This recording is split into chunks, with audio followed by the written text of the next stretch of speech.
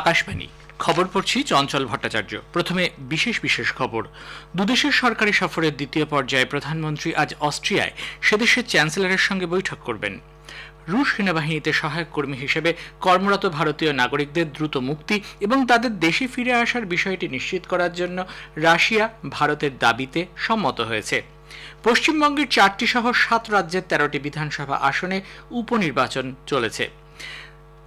দক্ষ কারিগর এবং রাস্তার হকারদের মতো আর্থিকভাবে পিছিয়ে পড়াদের জন্য আর্থিক অন্তর্ভুক্তি প্রকল্পের অধীনে আরও ঋণ দেওয়ার লক্ষ্যে কেন্দ্রীয় অর্থমন্ত্রক বেসরকারি ব্যাংকগুলিকে অনুরোধ করেছে। মহিলাদের তৃতীয় টি-20 ম্যাচে ভারত দক্ষিণ আফ্রিকাকে 10 উইকেটে হারিয়ে দিয়েছে। হারারেতে তৃতীয় টি-20 ক্রিকেট ম্যাচে ভারত জিম্বাবুয়ের বিরুদ্ধে খেলবে। আসছে বিস্তারিত খবরে। দুদেশের সরকারি সফরের দ্বিতীয় পর্যায়ে প্রধানমন্ত্রী নরেন্দ্র মোদী এখন অস্ট্রিয়ায়। 41 বছর পর এই প্রথম কোনো ভারতীয় প্রধানমন্ত্রী সেদেশ সফর করছেন। গতরাতে ভিয়েনায় পৌঁছালে তাকে ভারতীয় সম্প্রদায়ের পক্ষ থেকে উষ্ণ অভ্যর্থনা জানানো হয়। আজ তিনি অস্ট্রিয়ার রাষ্ট্রপতি আলেকজান্ডার ফন ডিয়ার বালেন এবং চ্যান্সেলর কার্ল নিয়ামের সঙ্গে সাক্ষাৎ করবেন। ভারত এবং অস্ট্রিয়ার বাণিজ্য মহলের শীর্ষ ব্যক্তিত্বদের উদ্দেশ্যে আজ প্রধানমন্ত্রী এবং অস্ট্রিয়ার চ্যান্সেলর ভাষণ দেবেন। শ্রী মোদী ভিয়েনায় প্রবাসী ভারতীয়দের সঙ্গে মতবিনিময় করবেন। গতরাতে তাঁর সম্মানার্থে নেমার নৈশভোজের আয়োজন করায় সামাজিক মাধ্যমে এক বার্তায় শ্রী মোদী তাঁকে ধন্যবাদ জানিয়েছেন। আজ তাদের মধ্যে দ্বিপাক্ষিক আলোচনা হবে। বিশ্বের কল্যাণে দুটি দেশ একযোগে কাজ করবে বলে প্রধানমন্ত্রী আশা প্রকাশ করেন। অস্ট্রিয়া সফরের প্রাক্কালে রবিবার তিনি বলেন, উভয় দেশই গণতান্ত্রিক মূল্যবোধ, স্বাধীনতা এবং আইনের শাসনে বিশ্বাসী।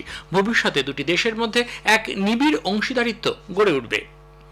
ভারত ও রাশিয়া 2030-এর মধ্যে $10,000 কোটি বাণিজ্যের নতুন লক্ষ্যমাত্রা স্থির করেছে।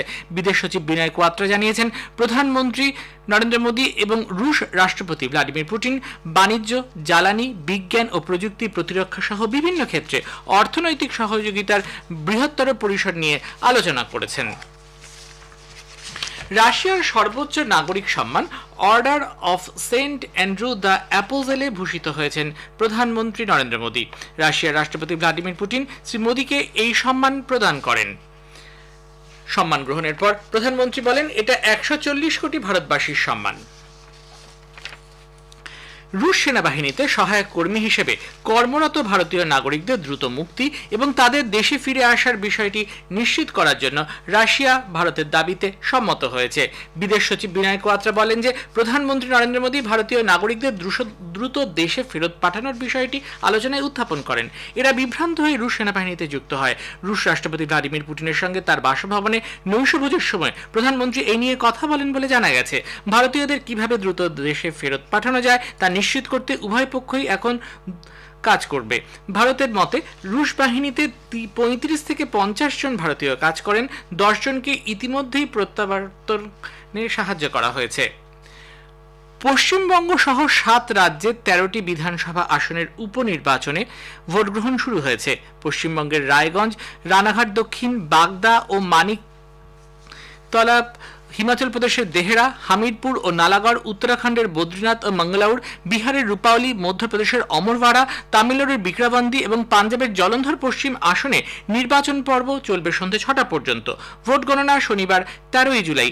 অবাধ ও সুষ্ঠু ভোট গ্রহণ সুনিশ্চিত করতে সব রকমের ব্যবস্থা নেওয়া হয়েছে। পশ্চিমবঙ্গের 4টি আসনে মোতায়েন করা হয়েছে মোট 70 কোম্পানি কেন্দ্রীয় বাহিনী। ভোটদাতাদের সংখ্যা প্রায় 10 লক্ষ, প্রার্থী রয়েছেন 35 জন। 4 কেন্দ্রে 1097টি বুথেই ওয়েবকাস্টিং এর ব্যবস্থা করা হয়েছে। রানাঘাট দক্ষিণে 62, বাগদায় 39, পানিকতলায় 21 এবং রায়গঞ্জের 20টি বুথকে সংকটপ্রবণ বলে চিহ্নিত করা হয়েছে। প্রতিটি কেন্দ্রের জন্য নির্বাচন কমিশন একজন সাধারণ এবং একজন পুলিশ পর্যবেক্ষক নিয়োগ করেছেন। ভোট গ্রহণকে কেন্দ্র করে এখনো পর্যন্ত কোনো অপ্রীতিকর ঘটনার খবর নেই। কলকাতার মানিকতলা আসনে ভোট কেমন চলছে তা নিয়ে আমাদের প্রতিনিধির একটি প্রতিবেদন।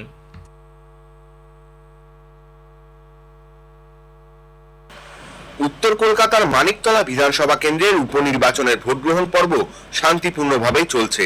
15 কোম্পানি আধা সামরিক বাহিনী ও পুলিশের কড়া নজরদারিতে সকাল 7টা থেকে ভোট গ্রহণ শুরু হয়েছে। এখনো পর্যন্ত কোনো অশান্তি বা অপ্রীতিকর ঘটনার খবর মেলেনি।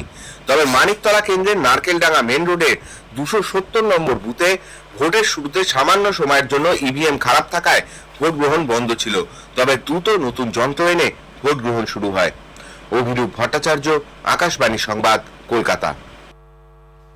নদিয়ার রানাঘাট দক্ষিণ আসনে সকালের দিকে 6টি আসনে ভিভিপ্যাটের সমস্যা দেখা দেয়, পরে সেগুলি পাল্টে দেওয়া হয়েছে। গতরাতে ওই বিধানসভার পায়রাডাঙ্গা এলাকায় বিজেপি কর্মী সমর্থকদের ভয় দেখানো ও তাদের বাড়িতে হামলার অভিযোগ ওঠে। শাসক দল অবশ্য অভিযোগ অস্বীকার করেছে। উত্তর 24 পরগনার বাগদায় বিজেপি ও তৃণমূল কংগ্রেস প্রার্থীরা বিভিন্ন বুথ ঘুরে দেখছেন। ভোট পর্ব এখনো পর্যন্ত শান্তিপূর্ণ। মধ্যপ্রদেশের ছিন্দওয়াড়া জেলার অমরওয়াড়া আসনে 9 জন প্রার্থী প্রতিদ্বন্দ্বিতায় রয়েছেন, তবে মূল প্রতিদ্বন্দ্বিতা হচ্ছে বিজেপি ও কংগ্রেসের মধ্যে।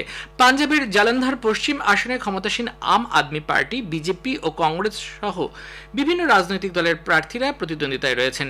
হিমাচল প্রদেশের 35টি আসনের 315টি ভোট গ্রহণ কেন্দ্র খোলা হয়েছে। বিজেপির সর্বভারতীয় সভাপতি জেপি নাড্ডা বলেছেন, দলীয় কর্মীদের নিষ্ঠা ও দায়বদ্ধতা মোদী সরকারের তৃতীয়বার ক্ষমতায় আসার অন্যতম কারণ। কেরালার তিরুবনন্তপুরমে রাজ্য বিজেপির বর্ধিত কার্যনির্বাহী সভার সমাপ্তি অনুষ্ঠানে তিনি বলেন, IMF এর প্রতিবেদন অনুযায়ী ভারতের বৃদ্ধির হার প্রায় 6.8%, যা অন্যান্য উন্নত দেশের তুলনায় অনেক বেশি। আগামী 100 দিনের মধ্যে 5000 ডাক চৌপালের আয়োজন করবে যোগাযোগ মন্ত্রণালয়ের অধীনস্থ ডাক বিভাগ। যোগাযোগ মন্ত্রী জ্যোতিরাদিত্য সিন্ধিয়া ডাক বিভাগের 100 দিনের কর্মপরিকল্পনার পর্যালোচনা করেন। বৈঠকে পরিষেবা সরবরাহ ও দক্ষতা বৃদ্ধির জন্য বিভিন্ন পদক্ষেপ নিয়ে আলোচনা হয়। ডাক চৌপাল বা ডাক শিবিরগুলি গ্রামের বাসিন্দা এবং সরকারি কর্মকর্তাদের মধ্যে সেতুবন্ধের কাজ করবে, যার ফলে বিভিন্ন সমস্যার সমাধান করা যাবে। এই সময়ের মধ্যে ডাক বিভাগে পোস্ট অফিস এক্সপোর্ট সেন্ট্রাল পোর্টালে 3000 নতুন রপ্তানিকারককে নিবন্ধিত করবে। এর ফলে ক্ষুদ্র রপ্তানিকারকরা উপকৃত হবেন। উৎসাহভিত্তিক উৎপাদন প্রকল্পের আওতায় টেলিযোগাযোগ ক্ষেত্রে ব্যবহৃত যন্ত্রাংশ বিক্রির 50,000 কোটি টাকা ছাড়িয়েছে।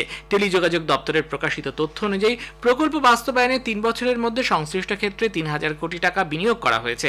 উৎপাদিত পণ্যের প্রায় 10,500 কোটি টাকা রপ্তানি হয়েছে এবং 17,800 প্রত্যক্ষ ও পরোক্ষ কর্মসংস্থান হয়েছে। টেলিযোগাযোগ বিভাগ সূত্রে আরও জানানো হয়েছে, এই প্রকল্পের কারণে বিভিন্ন টেলিকম খাতে আমদানি ও রপ্তানির মধ্যে ব্যবধান কমেছে। এ খবর প্রচারিত হচ্ছে আকাশবাণী থেকে। দক্ষ কারিগর এবং রাস্তার হকারদের মতো আর্থিকভাবে পিছিয়ে পড়াদের জন্য PM স্বনিধি, PM বিশ্বকর্মা এবং জনসমর্থ পোর্টালের মতো আর্থিক অন্তর্ভুক্তি প্রকল্পের অধীনে আরও ঋণ দেওয়ার লক্ষ্যে অর্থমন্ত্রক বেসরকারি ব্যাংকগুলিকে অনুরোধ করেছে। আর্থিক পরিষেবা দপ্তরের সচিব বিবেক যোশী গতকাল বেসরকারি ব্যাংকগুলির শীর্ষ আধিকারিকদের সঙ্গে এই প্রকল্পগুলির অগ্রগতির বিষয়ে একটি পর্যালোচনা সভায় সভাপতিত্ব করেন। ষোড়শ অর্থ কমিশন 5 সদস্যের পরামর্শদাতা পরিষদ গঠন করেছে। এই পরিষদ কমিশনকে বিভিন্ন বিষয়ে সহায়তা করবে। নিট ইউজি প্রশ্ন ফাঁস মামলায় সিবিআই বিহার থেকে আরও 2 জনকে গ্রেফতার করেছে। সানি কুমার নামে এক পরীক্ষার্থীকে নালন্দা থেকে ধরা হয়। গয়া থেকে গ্রেফতার করা হয় আরেক পরীক্ষার্থীর বাবা রঞ্জিত কুমারকে। ভারতীয় আবহাওয়া দফতর IMD উত্তর পূর্ব ভারত ও সংলগ্ন পূর্ব ভারতে আগামী 2-3 দিন ভারী থেকে অতি ভারী বৃষ্টির পূর্বাভাস দিয়েছে। IMD সূত্রে জানা গেছে, হিমালয় সংলগ্ন পশ্চিমবঙ্গ, অরুণাচল প্রদেশ ও সিকিমে আগামীকাল এবং আসাম, মেঘালয়, ওড়িশা, নাগাল্যান্ড, মণিপুর, মিজোরাম ও ত্রিপুরায় 13 তারিখ পর্যন্ত এই পরিস্থিতি চলবে। এছাড়া আন্দামান নিকোবর, ঝাড়খণ্ড, লাক্ষাদ্বীপ, দিল্লি ও রাজস্থানে আগামী 4 দিন হালকা থেকে মাঝারি বৃষ্টির পূর্বাভাস দেওয়া হয়েছে। জোড়া ঘূর্ণাবর্ত এবং অক্ষরেখার প্রভাবে উত্তরবঙ্গের জেলাগুলিতে ভারী বৃষ্টি হচ্ছে। আজ থেকে বৃষ্টির পরিমাণ আরও বাড়বে বলে কলকাতায় আলিপুর আবহাওয়া দপ্তর সূত্রে জানানো হয়েছে। উত্তরপ্রদেশের তরাই অঞ্চলে বন্যা পরিস্থিতির অবনতি হয়েছে। মুখ্যমন্ত্রী যোগী আদিত্যনাথ আজ বন্যা বিধ্বস্ত পিলভিট ও লখিমপুরা খেরি জেলায় পরিস্থিতি আকাশপথে সরজমিনে খতিয়ে দেখবেন। দেশের মধ্যে 11 জন মৎস্যজীবী এবার সেরা মৎস্য চাষী সম্মান পাচ্ছেন।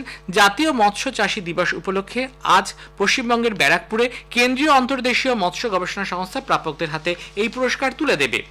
পবিত্র অমরনাথ যাত্রার জন্য জম্মুর ভগবতী নগর যাত্রী নিবাস থেকে 4,627 জনের তীর্থযাত্রীর একটি দল আজ সকালে রওনা হয়েছে। এই দলে রয়েছেন 3,422 জন পুরুষ, 1,027 জন মহিলা। উত্তরপ্রদেশের উনাও জেলায় আজ ভোরে সড়ক দুর্ঘটনায় অন্তত 15 জনের মৃত্যু হয়েছে, আহত আরও 20 জনের বেশি। বিহারের সিওয়ান থেকে দিল্লিগামী একটি ডাবল ডেকার বাস বাংরামাউতের কাছে একটি দুধের ট্যাঙ্কারে ধাক্কা খেয়ে উল্টে গেলে এই দুর্ঘটনা ঘটে। মহিলাদের তৃতীয় টি20 ম্যাচে ভারত দক্ষিণ আফ্রিকাকে 10 উইকেটে হারিয়ে দিয়েছে। চেন্নাইয়ের এমএ চিদাম্বরম স্টেডিয়ামে গতকাল সিরিজের তৃতীয় ও চূড়ান্ত টি20 ম্যাচে টসে জিতে ভারত দক্ষিণ আফ্রিকাকে ব্যাট করতে পাঠায়। 17 ওভার 1 বলে সবকটি উইকেট হারিয়ে তারা 84 রান তোলে। জবাবে 10 ওভার 5 বলে কোনো উইকেট না হারিয়ে 88 রান করে ভারত। হারারেতে আজ তৃতীয় টি-20 ক্রিকেট ম্যাচে ভারত জিম্বাবুয়ের বিরুদ্ধে খেলবে। খেলা শুরু হবে ভারতীয় সময় বিকেল 4:30। স্পেন উয়েফা ইউরোপিয়ান ফুটবল চ্যাম্পিয়নশিপের ফাইনালে উঠেছে। জার্মানির মিউনিখে গতরাতে প্রথম সেমিফাইনালে স্পেন 2-1 গোলে ফ্রান্সকে হারিয়ে দেয়। জার্মানির ডর্টমুন্ডে আজ দ্বিতীয় সেমিফাইনালটি অনুষ্ঠিত হবে। ইংল্যান্ড ও নেদারল্যান্ডসের মধ্যে ফাইনাল সোমবার। শেষে বিশেষ খবর আরও একবার। দুদেশের সরকারি সফরের দ্বিতীয় পর্যায়ে প্রধানমন্ত্রী আজ অস্ট্রিয়ায় সে দেশের চ্যান্সেলরের সঙ্গে বৈঠক করবেন। রুশ সেনাবাহিনীতে সহায়ক কর্মী হিসেবে কর্মরত ভারতীয় নাগরিকদের দ্রুত মুক্তি দিতে রাশিয়া ভারতের দাবিতে সম্মত হয়েছে। খবর শেষ হলো।